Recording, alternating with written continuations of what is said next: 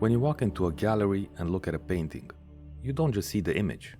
You see the frame, the light, the little plaque beside it that tells you what it means.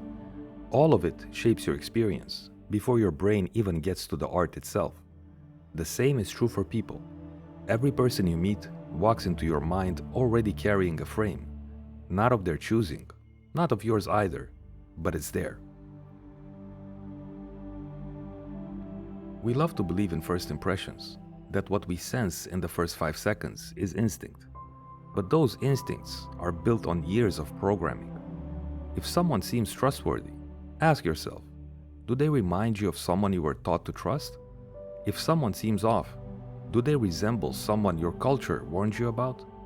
First impressions are not impressions, they're conclusions, and they're often drawn with someone else's pencil.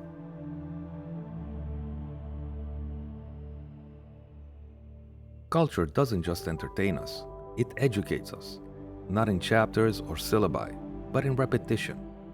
Who gets cast as the CEO? Who gets cast as the terrorist? Who gets the romantic lead? Who dies first? You think you're just watching, but you're absorbing. Your frame is being carved, one storyline at a time. Here's the thing about frames.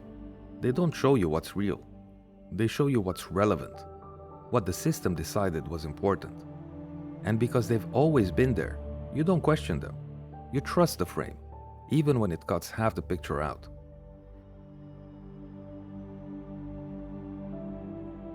Familiarity breeds comfort, and comfort is persuasive. When someone looks, speaks, or behaves in a way that matches what you've always known, they feel trustworthy, relatable, professional.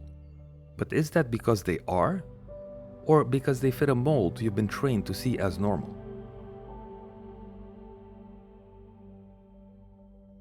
Someone walks into a room and starts speaking.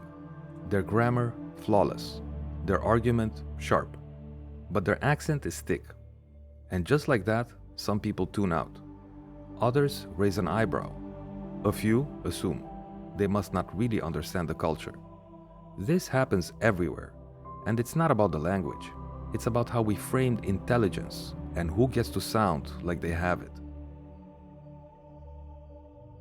Look at the phrase, dress professionally. What image comes to mind? Is it a suit? Is it neutral colors? Is it someone you've seen in a corporate catalog? Now ask yourself, who defined that standard? And who does it exclude? The frame around professionalism wasn't built by accident. It was built by power to reflect itself.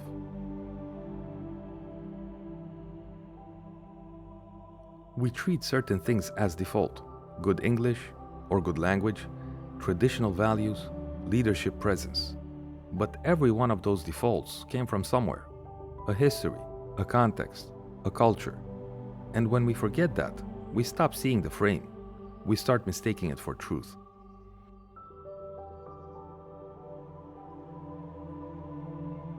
Bias doesn't always show up as rejection. Sometimes it shows up as ease. I just clicked with her. He reminds me of me. She'd be a great culture fit. These aren't evil statements, but they are loaded. Because sometimes what clicks is just shared conditioning, and what feels natural is just what's familiar. If you've never felt out of place, if you've always seen people like you in power, if your voice, your name, your story has never been questioned, then you've probably never had to think about the frame. That's not your fault, but it's your wake-up call, because others have never not seen it. Look at how the news tells stories. When a white teen commits a crime, the headline might say, "Troubled youth." When a black teen does the same, it might read, "Armed suspect." One is framed as a mistake, the other as a threat. The facts didn't change, the frame did. And the frame shapes the verdict long before the court ever does. Most of us didn't ask for our frame. We inherited it from parents, from school books, from sitcoms and silence. And because it came so early, we didn't question it. We just used it on the world, on others, on ourselves. It's not just how we see others, it's how we see ourselves. If you grew up never seeing people like you in positions of power, or beauty, or genius, you start to frame yourself differently. You aim smaller, you apologize faster, you doubt harder. This isn't self-esteem, it's inherited distortion. Bias can't be removed like a stain. It doesn't come out with effort alone. But you can start by seeing the frame, by naming it, by noticing when something feels off and asking, who set the standard? It's not about paranoia, it's about perception, and perception is power.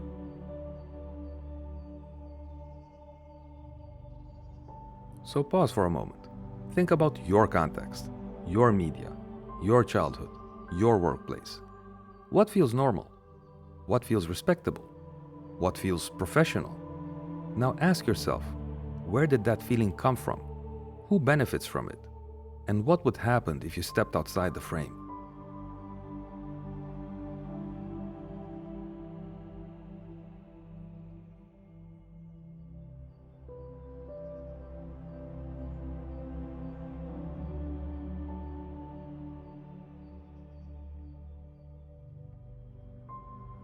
Here's a quiet truth. The most powerful frames are the ones that feel invisible. They don't announce themselves. They don't ask permission. They just become the backdrop for everything else.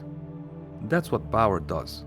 It defines the norm, then punishes those who deviate, not openly, but subtly, through silence, through exclusion, through that vague sense of not quite right. Bias doesn't often come out as, we don't hire people like that. It sounds more like, she's not quite what we're looking for, or he's rough around the edges, or she wouldn't fit with the team, or he lacks polish. These phrases seem neutral, but they're loaded. Each one smuggles in an entire value system, unquestioned, inherited, and enforced. Some people wake up every day and put on a mask, not out of deceit, but survival. They change how they speak, how they dress, how they laugh. They code switch just to be seen as capable. And they do it so well, you'd never guess how much it costs. Because fitting the frame often means erasing part of yourself.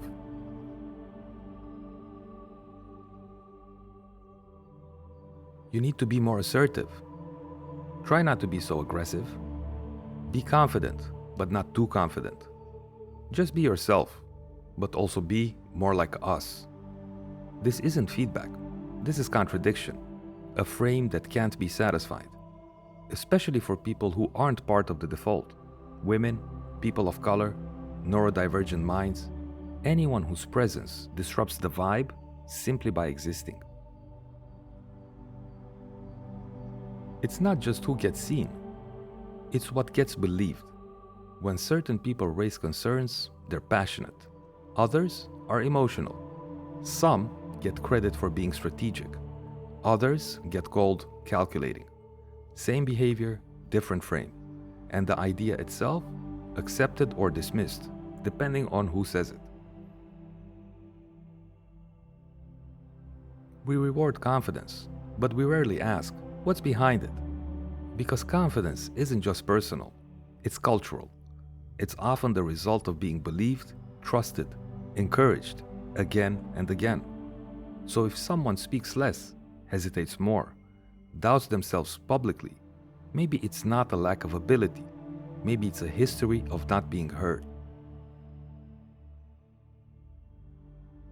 Think about what it costs to be the only woman in a boardroom, the only person of color on a panel, the only openly queer person in a leadership team. You're not just representing yourself anymore, you become a proxy, a symbol, a stand-in for everyone like you. And when you speak, your words echo louder and get dissected deeper. That's not inclusion, that's pressure. We're told to be objective, to rise above emotion, to speak in facts, to leave identity at the door. But what if identity is the lens through which truth becomes visible? What if detachment isn't neutrality, but blindness?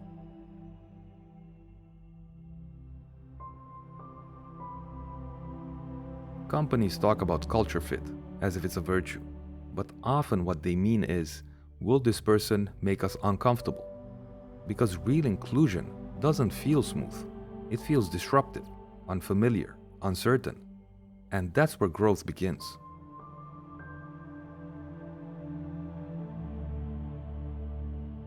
Once you start noticing frames, you'll feel it in your tongue. The words you reach for will shift. You'll pause before saying articulate. You'll question what leadership presence really means. You'll catch the subtle ways language elevates some and flattens others. This isn't censorship, it's clarity. It's becoming fluent in your own bias. Bias thrives in systems that reward predictability, where speed matters more than perspective, where fit matters more than challenge. And over time, those systems don't just reflect bias, they depend on it. Not because they're evil, but because they're efficient. And sameness is efficient. Difference? That takes work. Discomfort doesn't mean someone's wrong, and comfort doesn't mean someone's right. Sometimes the most honest conversations feel awkward. Sometimes the most necessary voices sound unfamiliar.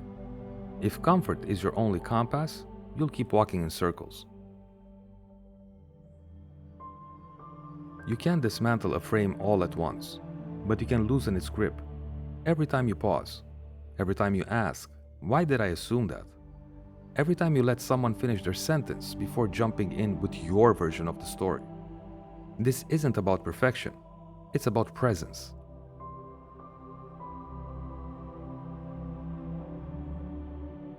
Bias loves shortcuts. Bias loves certainty. Bias loves speed. So the first act of resistance is to slow down, to breathe, to notice, to ask. Because speed lets the old frames win, but slowness, that's where vision lives.